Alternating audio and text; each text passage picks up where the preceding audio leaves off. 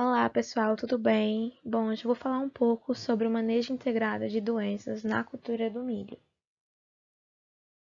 Vamos falar um pouquinho sobre a cultura do milho, né?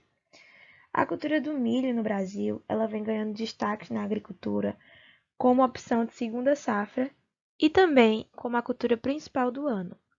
É a segunda cultura mais plantada no Brasil e já é a terceira maior no mundo, com aumentos da produtividade nas últimas 10 safras de 6,8% ao ano. A nossa produção de milho ela mais que dobrou na última década. E por que essa preferência pelo milho? Isso porque ele é um produto muito demandado no mercado, sendo que só no Brasil 65% do milho é utilizado na alimentação animal e 11% é consumido pela indústria para diversos fins. O clima seco, a estiagem e chuvas prolongadas, atraso de chuvas, diminuição da janela climática são alguns dos fatores que influenciam o produtor na escolha do milho, por ele ser uma cultura um pouco mais resistente a essas condições climáticas e ambientais. Além disso, a rotação da soja como a principal cultura, seguida da safrinha do milho, ela é muito rentável e por isso ela é muito utilizada. Bom, sobre o manejo. Atualmente, as doenças constituem um dos principais fatores limitantes à produtividade e têm causado grandes preocupações nos agentes envolvidos no agronegócio da cultura do milho. Isso em razão das perdas que tem ocasionado à produção e dos riscos à saúde humana e animal, com a presença de micotoxinas produzidas por alguns fungos nos grãos. Relatos de perdas na produtividade por causa de ataques de patógenos têm sido frequentes nas principais regiões produtoras do nosso país. A evolução das doenças na cultura do milho está estreitamente relacionada à evolução do sistema de produção. Modificações ocorridas no sistema de produção que resultaram no aumento da produtividade de milho também foram responsáveis pelo aumento da incidência e da severidade dessas doenças. Desse modo, a expansão da fronteira agrícola, a ampliação das épocas de plantio, que a safra e a safrinha, a adoção do sistema de plantio direto sem a rotação de cultura, o aumento do uso de sistemas de irrigação e o uso de materiais suscetíveis, eles têm promovido a modificação importante na dinâmica populacional desses patógenos, resultando no surgimento a cada safra de novos problemas para o milho relacionado à ocorrência de doenças. Dentre essas doenças presentes na cultura do milho no Brasil, merecem destaques a mancha branca, a cercosporiose, helmintosporiose, ferrugem polissora, ferrugem tropical, a ferrugem branca, o enfesamento vermelho, o enfesamento pálido, podridões de como e grãos ardidos. Além destas, nos últimos anos, algumas doenças consideradas de menor incidência e de menor importância, elas têm ocorrido com elevada severidade em algumas regiões produtoras, como a atracnose foliar e a mancha foliar de diplodia.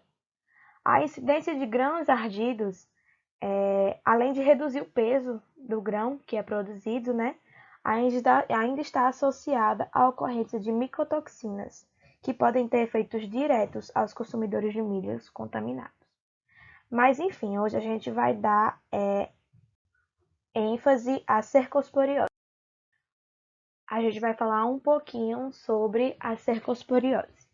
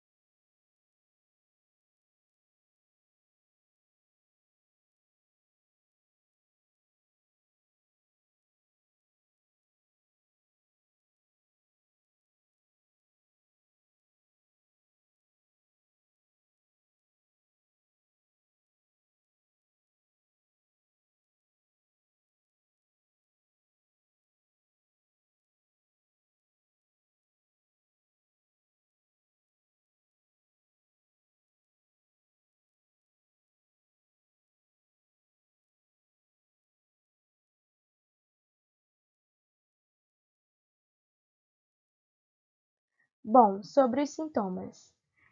Os sintomas, eles caracterizam-se por manchas de coloração cinzas, retangulares e irregulares, com as lesões desenvolvendo-se paralelas às nervuras. Pode ocorrer também o acamamento em ataques mais severos dessa doença. Bom, os sintomas iniciais da cercosporiose, eles caracterizam-se por pequenas lesões de cor marrom circundadas por um halo amarelo, como a gente vê aqui nessa primeira imagem.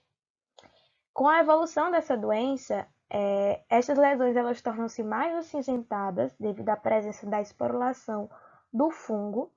Essas lesões elas possuem um formato retangular, sendo as manchas compridas e estreitas e bem delimitadas pelas nervuras das folhas, formando bordas retilíneas.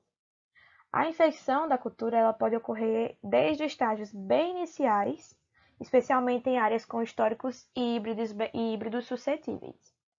Os sintomas eles se iniciam nas folhas do baixeiro, devido à sua maior proximidade com a fonte do inóculo. E posteriormente eles vão evoluindo para as folhas medianas e do superior da planta. Por ser uma doença que é causada por fungos, o monitoramento do agente causal é difícil. Sendo assim, a gente deve focar nas condições de cultivo, no histórico da lavoura, nas condições climáticas durante o ciclo da cultura, entre outros.